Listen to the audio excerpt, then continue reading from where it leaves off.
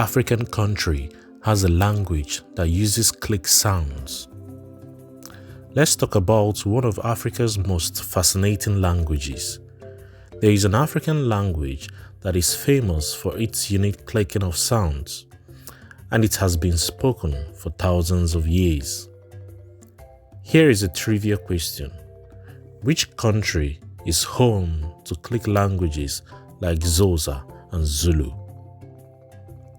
Kenya, South Africa, Ethiopia? Drop your guess in the comments before I reveal the answer. The correct answer is B, South Africa.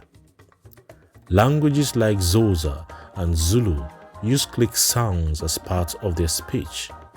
For example, the Xhosa language has three main clicks.